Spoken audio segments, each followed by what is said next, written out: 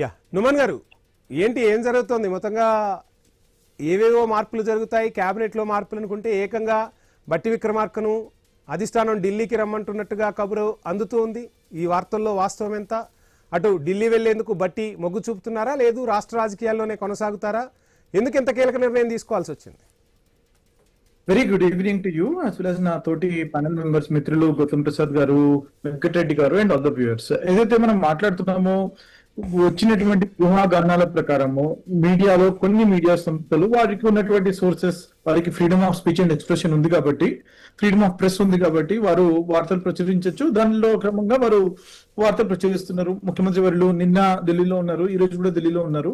వారు నిన్న organisation secretary KC Venugopal గారితో స్పెషల్ ఇంటెన్సివ్ రివిజన్ ఎక్సర్సైజ్ ఏదైతే తెలంగాణలో జరుగుతుందో అది ఎంతవరకు వచ్చింది, మొత్తం 119 నియోజకవర్గాల్లో ఏ రకంగా ఉంది, ఎంత పర్సెంటేజ్ అయింది, ఎన్ని ఎన్యూమరేషన్ ఫార్మ్స్ ఇవ్వడం జరిగింది, ఎంత కలెక్ట్ చేయడం జరిగింది అనే ఒక స్టేటస్ తీసుకోవడం గురించి నిన్న ఒక రివ్యూ మీటింగ్ లాంటిది జరిగింది.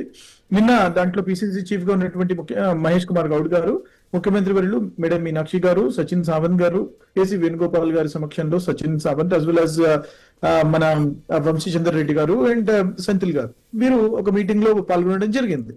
ఎక్కడ కూడా క్యాబినెట్ విస్తరణకి సంబంధించి కానీ, ఇక్కడ ప్రభుత్వంలో మార్పులు చేర్పులు, ఒకరికి ఎడిషన్ ఒకరికి డిలీషన్ అని చెప్పేసి ఎక్కడ కూడా చర్చకి రాలేదు. ఇందిరాబాద్ సాక్షిగా నాకున్నటువంటి సమాచారం, నాకున్నటువంటి కంప్లీట్ ఇన్ఫర్మేషన్ థరోగా ఉంది కాబట్టి నేను మీకు చెప్తున్నాను, ఎక్కడ కూడా ఇటువంటి ప్రస్తావన రాలేదు. సరే, బట్టి విక్రమార్క గారు నెంబర్ 2 గా ఉన్నారు. వారు క్రియాశీల పాత్ర పోషించారు. ప్రభుత్వాన్ని అధికారంలో తీసుకురావడానికి వారు కూడా పాదయాత్ర చేశారు. దాంట్లో వారు చాలా కాంగ్రెస్ లో డాక్టర్ వైఎస్ఆర్ గారి టైంలో విప్ గా కూడా పనిచేస్తారు. దాని తర్వాత వారు చాలా సంవత్సరాల నుంచి పార్టీకి చాలా బలంగా వారి యొక్క వాణిని వినిపిస్తూ వస్తున్నారు. సార్, నాకు తెలిసి వారిని ఢిల్లీకి వారి యొక్క సర్వీసెస్ అవసరం ఉంటుంది ఈ సమయంలో అని చెప్పేసి నేను భావించట్లేదు. మీరు చెప్తున్నట్టుగా ఎస్ఐఆర్ లెక్కల గురించి అధిష్టానం ఆరాధిస్తుందా, ఇంకా వేరే లెక్కల గురించి ఆరాధిస్తున్నట్లుగా ప్రతిపక్ష పార్టీలు పెద్ద ఎత్తున విమర్శలు గుప్పిస్తున్న పరిస్థితి. ఆ లెక్కల సంగతి తేల్చేందుకే హుటాహుటిన బట్టి విక్రమార్కను ఢిల్లీ రమ్మనబోతున్నారా? ఏం జరుగుతుంది?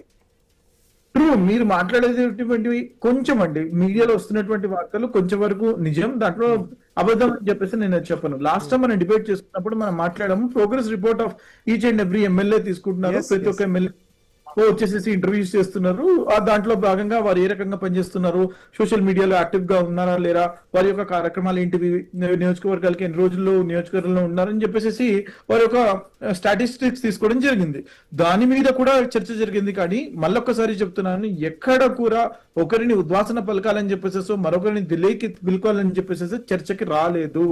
This has not come and this is something which only with in the TPCC లో ఉన్నటువంటి యొక్క మార్పుల గురించి, టీపీసీసీ ఆర్గనైజేషనల్ స్ట్రెంగ్త్ గురించి, ఆర్గనైజేషన్ లో ఏమైతే మనకి ఇంకా ఇంకొక అంశం కూడా తెరపైకి వస్తుంది. నుమాన్ గారు, మీ వరకు వచ్చిందో లేదో, సీఎం మార్పు అనుకుంటే మొత్తంగా డిప్యూటీ సీఎం నే మార్చబోతున్నారు.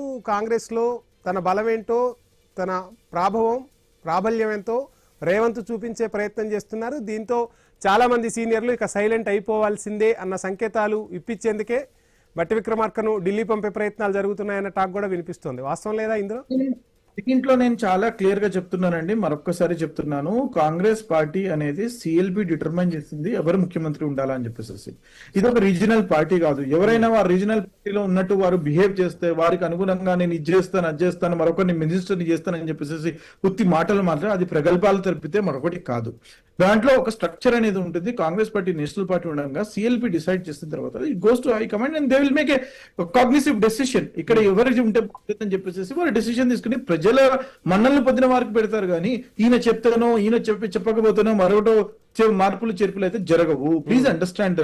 ఇది ఒక రీజనల్ పార్టీ, ఒక టీడీపీనో మరో పార్టీయో కాదండి. ఇది this is a national party. In the interest of the people of the state it will work. కానీ ఒకటి మాత్రం చెప్తున్నానండి, మొత్తం 5 సంవత్సరాలు బట్టి విక్రమార్క గారు క్యాబినెట్ లో తెలంగాణలో ఉంటారు. 100% వారు he will fulfil his term as well as ముఖ్యమంత్రి శ్రీ రేవంత్ రెడ్డి గారు కూడా 5 సంవత్సరాలు ముఖ్యమంత్రిగా వారు కంప్లీట్ చేస్తారు. రైట్ నుమాన్ గారు, మాట్లాడదాం. గౌతమ్ ప్రసాద్ గారి వాయిస్ అండ్ వెంకటరెడ్డి గారి వాయిస్ తీసుకునే ముందు ఎజెండాలో షార్ట్ బ్రేక్ తీసుకుందాం.